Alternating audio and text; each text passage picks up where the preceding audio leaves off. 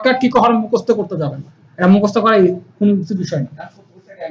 কাজ করতে করতে এমনিতে মুখস্থ হয়ে যাবে। দেখেন আমি কাজ করতে করতে এখন আপনাদের সাথে বলতেছি না কোনটা করলে কি হবে। আচ্ছা খেয়াল করেন, এখন আমার অ্যানিমেশনটা কতটুকু কয় সেকেন্ড হয়েছে বলেন তো? 3 সেকেন্ডের না? আপনাদের সর্বনিম্ন আপনারা যখন কাজ করবেন সর্বনিম্ন আপনাদের অ্যানিমেশন ডিউরেশন থাকবে 7 সেকেন্ড। 7 সেকেন্ডের নিচে কোনো অ্যানিমেশন আপনারা করবেন না। বাকি টাইম যদি বসেও থাকেন কোনো সমস্যা নেই, কিন্তু 7 সেকেন্ডের কোনো অ্যানিমেশন নিচে কোনো অ্যানিমেশন করবেন না। কেন? নালে অ্যানিমেশন কি হচ্ছে কোনো কিছুই বোঝা যাবে না।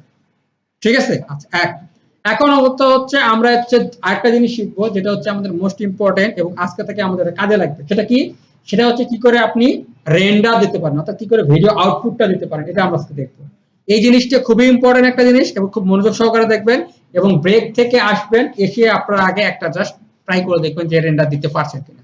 ওকে, আমি আপনাদেরকে দেখে দিচ্ছি। ঠিক আছে? ওকে, এখন আমরা কি করব, জাস্ট এই 7 সেকেন্ডে এসে আমি চাচ্ছি যে এই কতটুকু অংশ বা 10 সেকেন্ডে আমার অ্যানিমেশনটা কি হবে, ক্রপ হয়ে যাবে। ঠিক আছে? ফার্স্টে আমি 10 সেকেন্ড যে টাইম নিব, আমরা অ্যানিমেশন করার জন্য কতটুকু টাইম নিব? 10 সেকেন্ড টাইম নিব। এই 10 সেকেন্ড নিয়ে আমি বেশিরভাগ সময় কি করব, অ্যানিমেশন গুলো করব। ঠিক আছে? যদি কোনো কারণে আমার মনে হয় যে না 10 সেকেন্ড না, আমি 7 সেকেন্ড রাখতে বলছি, আমি 7 সেকেন্ড রাখবো, তাহলে আমাকে কি করতে হবে, দুই ভাবে কাজটা কমপ্লিট করা যায়। নাম্বার 1, আমি যদি চাই কম্পোজিশন সেটিং এর মাধ্যমে করতে পারি। আমার 10 সেকেন্ড নিছি, 10 সেকেন্ড নেওয়ার পরে এখন কমায় 7 সেকেন্ড করব। তাহলে কি করব, কন্ট্রোল কে গিয়ে এখানে 10 আছে না, এই 10 কে আমি 7 করে দেব, দিয়ে 17 হয়ে গেছে না, এখানে 0 দিয়ে দেব, দিয়ে ওকে করে দেব। আমার 7 সেকেন্ড হয়ে গেছে। এটা একটা ওয়ে। ঠিক আছে? আপনি যে ওয়েটা ইউজ করা দরকার সেটা ইউজ করুন, কোনো সমস্যা নেই। আচ্ছা আমি আগের অবস্থানে যাই। এরপরে দেখেন আমি আছে 10 সেকেন্ড সময়, তাই না? এখন আমি ঠিক এইখানে আমি কন্ট্রোল কে দিয়ে কম্পোজিশন সেটিং এ গিয়ে সেটিং করব না, আমি এখানে অন্যভাবে করতে যাচ্ছি। তাহলে কি করব, এই যে উপরে যে বারটা দেখতে পাচ্ছেন এটা হচ্ছে কম্পোজিশন বার, বা এখানে একটা আমরা আরেকভাবে নাম বলা যায়, এই যে এখানে একটা বার আছে, এখানে একটা বার আছে, এটা হচ্ছে মূলত টাইম নেভিগেশন। ঠিক আছে? টাইম নেভিগেশন বার। আর আমাদের যেটা আছে সেটা হচ্ছে ওয়ার্ক এরিয়া বার। এই ওয়ার্ক এরিয়া বারের এখানে গিয়ে আমরা জাস্ট যেই সময়টুকু রাখতে চাচ্ছি এই সময় রেখার পরে আমরা কিবোর্ড থেকে কাটবো হচ্ছে এন। কিবোর্ড থেকে কি চাপবো? এন চাপবো। এন মানে হচ্ছে এটা হচ্ছে ওয়ার্ক এরিয়া স্টার্ট এবং এন্ডিং পয়েন্ট, শুরু করা এবং শেষ করার জন্য। সেটা কি? বি। শুরুর দিকে লাগে হচ্ছে বি, শেষের দিকে লাগে হচ্ছে এন। আমাদের যেহেতু আমরা শুরুর দিকে কোনো কাজ করছি না, এই জন্য বি এর তেমন একটা ব্যবহার আমাদের নাই, আমাদের শেষের দিকে কাটাকাটি বেশি পড়ে। সেই ক্ষেত্রে আমরা কি দিব? এন চাপলাম, কি হলো, আমার ওয়ার্ক এরিয়াটা কি হলো, একদম কার্সর বরাবর বা সিটিআই বরাবর এসে কাটা পড়লো, তাই না? কাটা পড়ছে না, বরঞ্চ সিটিআই বরাবর সেটআপ হয়ে গেছে। এখন আমি এই সময় অনুযায়ী কাটতে চাচ্ছি, এই সময় অনুযায়ী এই টাইমটাকে কাটার জন্য বা ওয়ার্ক এরিয়াটাকে কাটার জন্য আমাকে কি করতে হবে, এই ওয়ার্ক এরিয়া যে বারটা আছে এই বারের উপরে আমাকে মাউস পয়েন্টার আনতে হবে। এটা সব সময় মনে রাখবেন এবং বাসায় গিয়ে সবাই ভুল করবেন, এটা আমি জানি। ঠিক আছে? এই ওয়ার্ক এরিয়া বারে কি করবেন, মাউস পয়েন্টার নিয়ে আসবেন। নিয়ে আসার পরে কি দেখবেন, দুই পাশে দুটো অ্যারো আছে, দেখাচ্ছে না? এই অ্যারোটা অনেকে খুঁজে পাবেন না, কারণ বাসায় গিয়ে ভুল করলে তো খুঁজে পাওয়া যাবে না, স্বাভাবিক। আচ্ছা ওটা তো প্র্যাকটিস করাবো তো। ওকে, এরপরে আনার পরে আমরা জাস্ট কিবোর্ডের রাইট বাটনে ক্লিক করব। ঠিক আছে? করার পরে এখানে আছে trim comp to work area, মানে trim composition to work area. এখন কম্পোজিশনের টাইম যেটুকু দেওয়া হয়েছে এই পর্যন্ত ওয়ার্ক এরিয়াটাকে কেটে ফেলবো, জাস্ট ট্রিম করে ফেললাম, ক্লোজ ক্লিক করলাম, ট্রিম হয়ে 7 সেকেন্ডে কাটা পড়লো। ডান? বুঝছি? আবার আমি দেখাচ্ছি, এটা লাস্ট, ভালো করে দেখবেন। ঠিক আছে?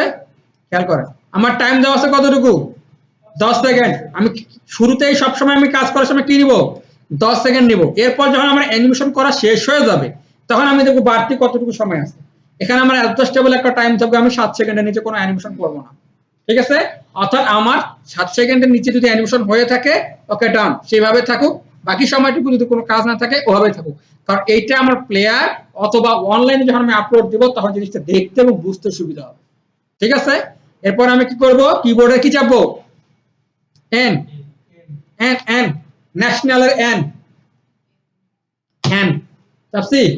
এরপরে হচ্ছে মাউস পয়েন্টার নিয়ে আসবো এই ওয়ার্ক এরিয়া বারের কাছে, এনে রাইট বাটনে ক্লিক করে stream com to work area click করব। আমার 7 সেকেন্ডের জন্য সেটআপ হয়ে গেছে। আমি যদি কন্ট্রোল কে চাপি তাহলে দেখবো এখানেও 7 সেকেন্ড আছে, রাইট? ডান। এখন আমার হচ্ছে এটা টোটাল অ্যানিমেশন হলো, আমি অ্যানিমেশন বসে বসে অ্যানিমেশন করলাম, আমার অ্যানিমেশনটা হোমওয়ার্ক হিসেবে জমা দেব। ঠিক আছে, এখন খেয়াল করবেন আমি কিভাবে রেন্ডারটা দিচ্ছি। রেন্ডার দেওয়ার দুইটা ওয়ে আছে বা তিনটা ওয়ে বলতে পারেন। নাম্বার 1, একটা হচ্ছে file export added to render queue. File export added to render queue. আমরা মিডিয়া এনকোডার দিয়ে এখন দেখতেছি না, লিখে ফেলেন আগে। আপনি যে ফাস্ট বলেন লিখতে পারি না, লিখে ফেলেন। File export added to render Q.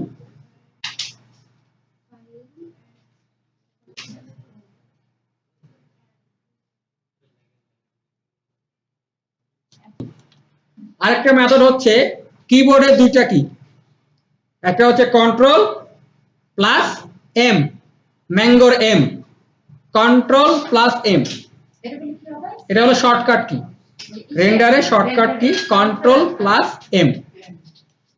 তাহলে যদি করি, আমাদের যাদের সমস্যা হচ্ছে তাদেরকে বলি, আমরা ফাইলে যাব, ফাইল থেকে যাব কোথায়, এক্সপোর্ট, এক্সপোর্ট থেকে অ্যাডেড টু রেন্ডার কিউতে যাব। সবার কিন্তু মিডিয়া এনকোডার ইনস্টল নাও থাকতে পারে, সেক্ষেত্রে আমি এটা দেখিয়ে দিচ্ছি। এরপরে আপনাদের মিডিয়া এনকোডারটা আপনারা সবাই ডাউনলোড করলে সেটা নিয়ম প্রসেসটাও দেখিয়ে দেব।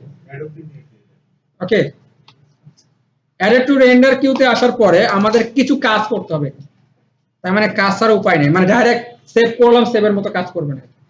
এক্ষেত্রে দেখেন তিনটা সেটিং আছে, এক হচ্ছে রেন্ডার সেটিং, দুই হচ্ছে আউটপুট মডিউল, 3 নম্বর হচ্ছে আউটপুট। এই তিনটা সেটিং আমরা চেঞ্জ করব, এটা লিখে নিতে পারি। ঠিক আছে, রেন্ডার সেটিং এ গিয়ে আমরা কি করব, রেন্ডার সেটিং যে একটা অ্যারো দেন ওখানে আমরা কি করব, এরপর আউটপুট মডিউলে গিয়ে একটা অ্যারো দেন ওখানে কি করব, আর আউটপুট 2 তে গিয়ে একটা অ্যারো দেন এখানে আমরা কি করব। এই তিনটা কাজ আলাদা আলাদা করে করব। ঠিক আছে, এই দেখেন এখন আমরা কি করব, প্রথমে যাব হচ্ছে রেন্ডার সেটিং। রেন্ডার সেটিং এ যখন এই পাশে দেখেন রেন্ডার সেটিং এর পাশে বেস্ট সেটিং আছে না, এখানে একটা ক্লিক করব অনলি। ঠিক আছে, অর্থাৎ যেখানে নীলগুলো আছে সেখানেই কাজ আমাদের, এখানে কিন্তু ক্লিক করলে কাজ হবে না। এখানে বেস্ট সেটিং এ আমরা যখন ক্লিক করব তখন আমাদের একটা পপ আপ চলে আসবে। ঠিক আছে, পপ আপে এসে দুটো জিনিস দেখব, কি এক, কোয়ালিটি বেস্ট আছে কিনা।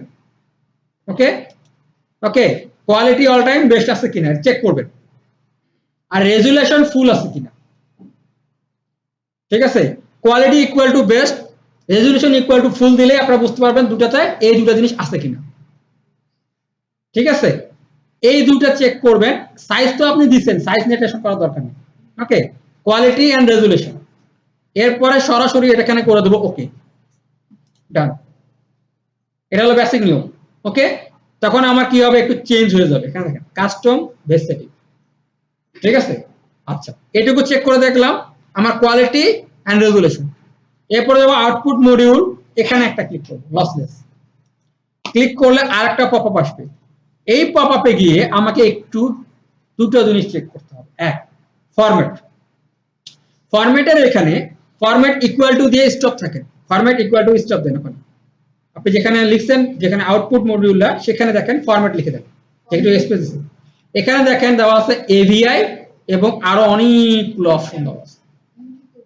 ঠিক আছে, অনেকগুলো ফাইল আপনি সেটা বের করতে পারেন। তবে আমরা এখান থেকে যদি এভিআই দেই তাহলে এই 10 সেকেন্ড ফাইলের সাইজ হবে 500 মেগাবাইট, 1 জিবি। ঠিক আছে, অনেক সময় 10 জিবি হয়ে যেতে পারে, বলা থাকে। তখন কি করব না, আমরা অল টাইম এটাকে অ্যাভয়েড করব।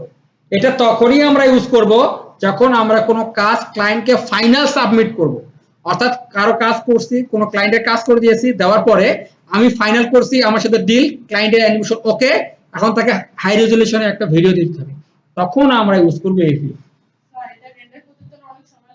অবশ্যই সময় লাগবে, এভিআই তে রেন্ডার সাইজ বড় সময় লাগবে না।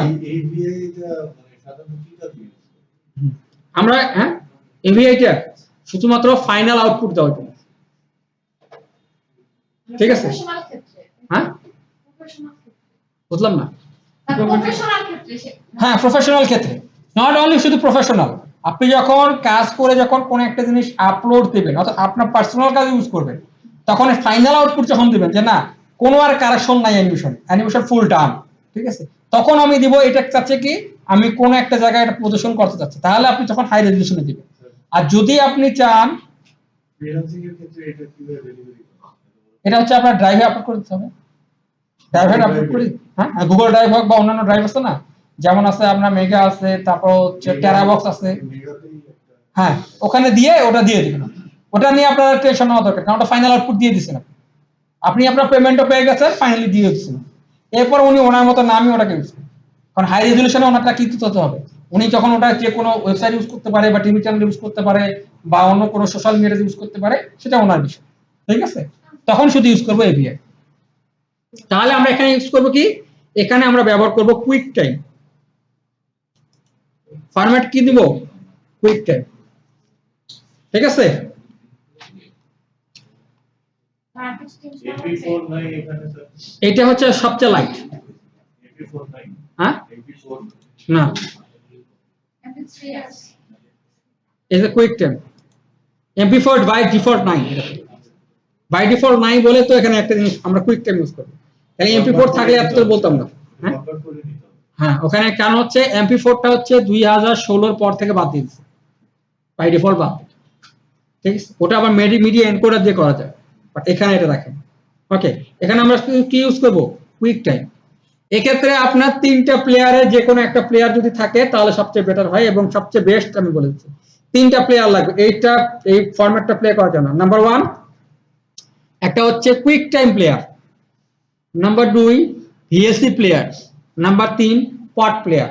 সবচেয়ে বেটার হচ্ছে কুইক টাইম আর পট প্লেয়ারটা ইউজ করতে পারেন সবচেয়ে বেশি, খুবই লাইট এবং আপনার ফ্রি একটা সফটওয়্যার পট প্লেয়ার, ঠিক আছে। এটাই কুইক টাইমটা প্লে করার জন্য সবচেয়ে বেস্ট। আচ্ছা, কুইক টাইম দেখবো, আরেকটা দেখবো চ্যানেল আরজিবি আছে কিনা। ওকে, চ্যানেল আরজিবি ডান, এখানে আর কোনো কাজ নেই। এরপর আমরা ওকে দিয়ে দেব, আমাদের কাজ শেষ। এখন আউটপুট 2, এখন এই আউটপুট 2 দিয়ে বলে দিতে হবে এইটা কোথায় সেভ হবে অর্থাৎ কোথায় রাখবো। এখন বলেন তো, আমরা তিনটা ফোল্ডার করছিলাম না, তিনটা ফোল্ডারে কোন ফোল্ডারে থাকবে, আউটপুট বা রেন্ডার নামে যে ফোল্ডারটা করেছিলাম সেখানে থাকবে এটা, ঠিক আছে। দেন আমি এখানে একটা ক্লিক করব, ক্লিক করার পরে এখানে রেন্ডার নামে একটা জায়গা আছে, এখান থেকে আমরা ডেস্কটপে যাই, ডেস্কটপে একটা জায়গা রাখি, আমাদের এখানে ফোল্ডার করা ছিল, এই যে ক্লাস 3, এই যে রেন্ডার। এখান থেকে কি করব, আমি একটা রিনেম করে দেব এটাকে, আমি যে প্রজেক্ট করছি সেই প্রজেক্টের নামে কি করব, রেন্ডার করে দেব, দেন সেভ করে দিলাম।